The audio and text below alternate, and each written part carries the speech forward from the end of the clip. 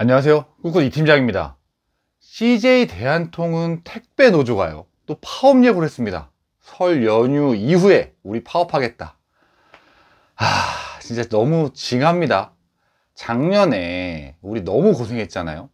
2021년에 파업을 4번이나 했어요. 그리고 2021년 마지막 12월 말일쯤부터 해서 한 2, 3개월 정도 저희가 CJ 대한통운 파업 때문에 CJ 대한통운 택배를 이용하는 판매자를 너무 고생했잖아요. 그런데 또 하겠답니다. 진짜 불과 1년 채 지나지 않았는데요. 진짜 너무 답답합니다. 이게 판매자 입장에서는요, CJ 대한통운이 가장 큰 택배 회사잖아요. 그러니까 안 쓸 수가 없어요. 물론 다른 롯데라든지 한진이 있지만 CJ 대한통운이 여러 가지 면에서 좀 편리성도 있고, 어쨌든 고객한테 배달이나 이런 부분들도 가장 확실하기도 하고, 우체국을 제외하고요, 뭐 이런 부분들이 있기 때문에 CJ 대한통운을 쓰는데 자꾸 이렇게 파업을 합니다. 작년 그 장기화된 파업 때문에 고객들이 많이 이탈했죠, CJ 대한통운에서. 그런데요, 이번에 파업을 만약에 하게 되면 또 이탈할 겁니다. 그리고 CJ 대한통운은 파업하는 회사, 이런 이미지로 낙인이 찍히겠죠. 이제 사람들이 에이 설마 에이 또 하겠어? 이랬는데 또 하잖아요. 그러면 진짜 그냥 CJ 대한통운을 이용하는 판매자 입장에서는 잘 안 쳐다볼 것 같아요. 제가 예전 영상에서 한번 말씀드린 적이 있었던 것 같습니다. CJ 대한통운을 이용하시는 판매자들도 CJ 대한통운만 믿지 마세요. 판매 코드를 롯데나 한진 쪽을 아예 뚫어 놓든가, 로젠이라든지 아니면 주변에 있는 다른 택배사를 이용하는 그런 업체들과 좀 친분이 있으시다면 그런 업체들과 약간 쉐어를 하는 방법도 괜찮은 방법 중에 하나라고 생각을 합니다. 이런 파업 때문에요. 이 CJ 대한통운이 실제 이 노조가 이 파업을 예고를 했어요. 설 연휴 이후에 파업을 하겠다. 근데 실제 할지 안 할지는 모르겠습니다. 저는 이 노조도 겁난다고 생각을 하거든요. 왜냐하면 작년에 그 파업 이후로 CJ 대한통운 물량이 줄었습니다. 이 택배 물량이요. 그래서 택배 기사들이 본인들이 가져가는 월급이 줄었어요. 그런데 이거를 또 한다? 본인들도 리스크가 있겠죠. 지도부, CJ 대한통운 택배 노조의 지도부들이 이걸 주도해서 할 텐데, 어쨌든 노조원들이 이거에 대해 찬성을 해야 되는데, 노조원들도 본인 결국은 밥그릇이 달린 문제다 보니까 자꾸 본인들의 그런 월급이 줄어드는 거에 대해서 당연히 부담을 느낄 겁니다. 그래서 실제 할지는 모르겠어요. 이걸 겁을 주려고 하는 건지 실제 하려고 하는 건지 모르겠는데, 언론 기사에는 이미 그렇게 나왔기 때문에 CJ 대한통운 노조 그 사람들이요, 한 1,700명? 근데 진짜 전체 2만 명 택배 기사 중 CJ 대한통운 택배 기사 중에 8% 정도밖에 안 됩니다. 정말 얼마 안 되는 수치의 사람들이 지금 이 노조가 아닌 비노조인 사람들의 그런 월급까지 뺏어가는 거, 이런 파업을 하면요. 이게 파업을 하면 이 노조만 피해보나요? 아니죠. 당연히 비노조 택배 기사분들도 이 피해를 보잖아요. 그리고 저는 이 노조의 마인드가 좀 이해가 안 되는 게, 어쨌든 택배를 보내는 물건의 주인은 누굽니까? 판매자인 우리거나 그걸 구매한 소비자거나 둘 중에 하나겠죠. 그런데 이거를 자기네들 물건인 거 마냥 그거를 막 점유하고 그걸 못 건드리게 하고 파업할 때, 저는 이걸 보면서 좀 약간 뭐라 그래야 될까요?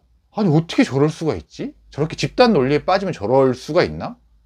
아니 그게 자기는 그냥 그 배달해주는 서비스를 해주는 사람인 거잖아요. 그런데 그걸 자기 것처럼, 자기 물건이야, 남들은 건드리면 안 돼, 뭐 이런 말도 안 되는 행동을 저는 보면서, 사실 그 전까지는, 제가 CJ 대한통운의 파업이 많아지기 전까지는 그냥 CJ 대한통운 뿐만 아니라 노조에 대해서 특별히 관심이 없었어요. 그리고 이 노조가 어떻게 움직이는지에 대해서 크게 관심을 갖지 않다가, 이 CJ 대한통운이 파업이 장기화되고 이러면서 이 노조에 관심을 갖기 시작을 했는데, 정말 말도 안 되는 그런 행동들을 하는 거 보고 좀 놀랐습니다. 그리고 작년에 어땠습니까? CJ 대한통운 본사 점검했잖아요. 그러니까 이런 불법적인 행위들은 저는 안 했으면 좋겠어. 도대체 당연히 전략적으로 했겠죠. 본인들 노조원들의 어떤 길을 살리고, 또 어떤 뭔가 언론의 이슈가 되려고 그런 그 전략이, 이 지도부의 전략이 있었기 때문에, 노조 지도부의 전략이 있었기 때문에 그런 행동을 했을 텐데요. 저는 그런 불법적인 행위 자체가 진짜 말이 안 된다고 생각하고, 이 노조 행위를 한다고 하더라도 합법적으로 해야죠. 그리고 회사와 본인들 말고 다른 사람들한테 피해를 주면 안 되죠. 서비스를 이용하는 우리 같은 판매자들의 제품을 묶어두거나 이런 말도 안 되는 행동을 하면 안 되죠. 우리가 찾아가면 찾을 수 있어야죠.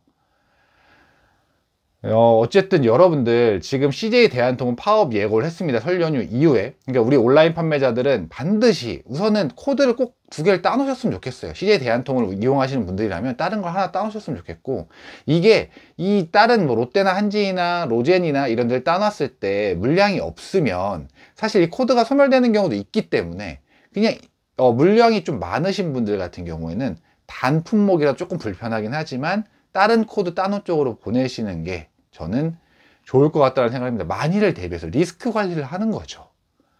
정말 이 CJ 대한통운 믿고 있다가요, 작년처럼 또 여러분들 뒤통수 맞을 수 있습니다. 그럼 여러분들 뒤늦게 막 정말 힘들게 막 정말 여러분들 파셨던 거 그 주문 취소도 해야 될 수 있고요. 저희는 막 그때 막 10% 정도는 막 못 보내기도 하고 막 이랬거든요. 그리고 이 CJ 대한통운 이 노조들이 다른 택배사들의 압력가에 가해 다른 택배사들이 CJ 대한통운, 원래 CJ 대한통운 물량이었던 거 처리 못하게끔 막 그렇게 하기도 하고요. 작년에 난리도 아니었죠. 되게 장기화 됐었잖아요. 그래서 정말 스트레스 받았던 기억이 나는데, 이게 또 발생할 수 있다. 언제든지. 지금 이렇게 한동안 되게 잠잠했지만 언론에 또 예고를 한 거 보면 본인들 택배 파업을 하겠다고, 우리는 미리 준비를 해야 됩니다. 그래서 어쨌든 CJ 대한통을 이용하시는 분들은 다른 택배사들 코드 꼭 1개 정도는 따놓으셨으면 좋겠고, 그리고 이 코드를 유지를 하려면 조금 비싸더라도 한 상품 정도는 이쪽으로 계속 꾸준히 보내서 어쨌든 코드를 유지를 하시는 게 나중에 리스크 관리에 좋다라는 개인적인 생각을 하고요.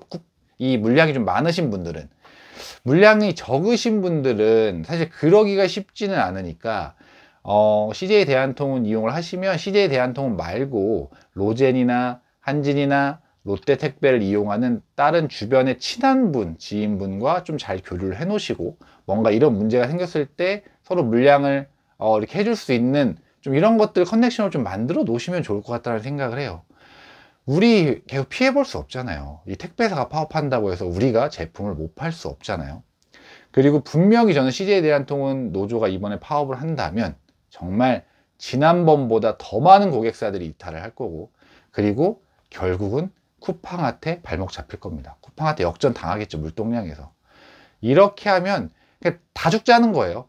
이 노조 본인들 택배 기사들도 죽고요, 그리고 CJ 대한통운도 죽고, 결국은 이 물동량 이런 것들은 쿠팡이 흡수해 가겠죠. CJ 대한통운 노조가 파업하면 어디가 잘 팔리나요? 여러분들 작년에 경험해 보셨죠? 쿠팡이 매출이 늘어납니다. 사람들이 쿠팡으로 많이 가거든요. 쿠팡은 파업을 안 하니까 쿠팡에서 구매를 하는 거예요. 왜냐면 다른 데서 구매를 하면 언제 올지 몰라. 파업을 했기 때문에. 그런데 쿠팡에서 주문하면 빠르게 오니까, 몇 시간 만에도 오니까요. 당장 내일 새벽에 오니까. 이러니까 쿠팡을 주문하죠. 이번에 파업하게 되면 더 그럴 겁니다. 어쨌든 우리는 현명하게 그런 코드들을 좀 여러 개 다원화 해 놓던가, 아니면 다른 택배사들을 이용하는 업체들과 뭔가 교류를 좀 쌓아서 뭔가 문제가 생겼을 때 그런 좀 쉐어를 할 수 있는, 코드를 쉐어를 할 수 있는 그런 관계를 좀 만들어 놓으시면 좋을 것 같다라는 생각을 합니다. 그리고 CJ 대한통운 그 노조한테 제가 감히 좀 말씀드린다자면, 아니, 개인 사업자시잖아요. CJ 대한통운 노조분들 개인 사업자시잖아요. CJ 대한통운의 그런 가격 정책이나 이런 게 마음에 안 드시면 다른 택배사 가셔라, 아니면 다른 개인 사업자시니까 다른 거 하시면 되지 않으실까라는 생각을 합니다. 왜 거기서 그렇게 파업을 하시고, 또 심지어 저희 같은 서비스를 이용을 하는 저희 같은 온라인 판매자한테 엄청난 피해를 주는지 저는 이해가 되지 않습니다.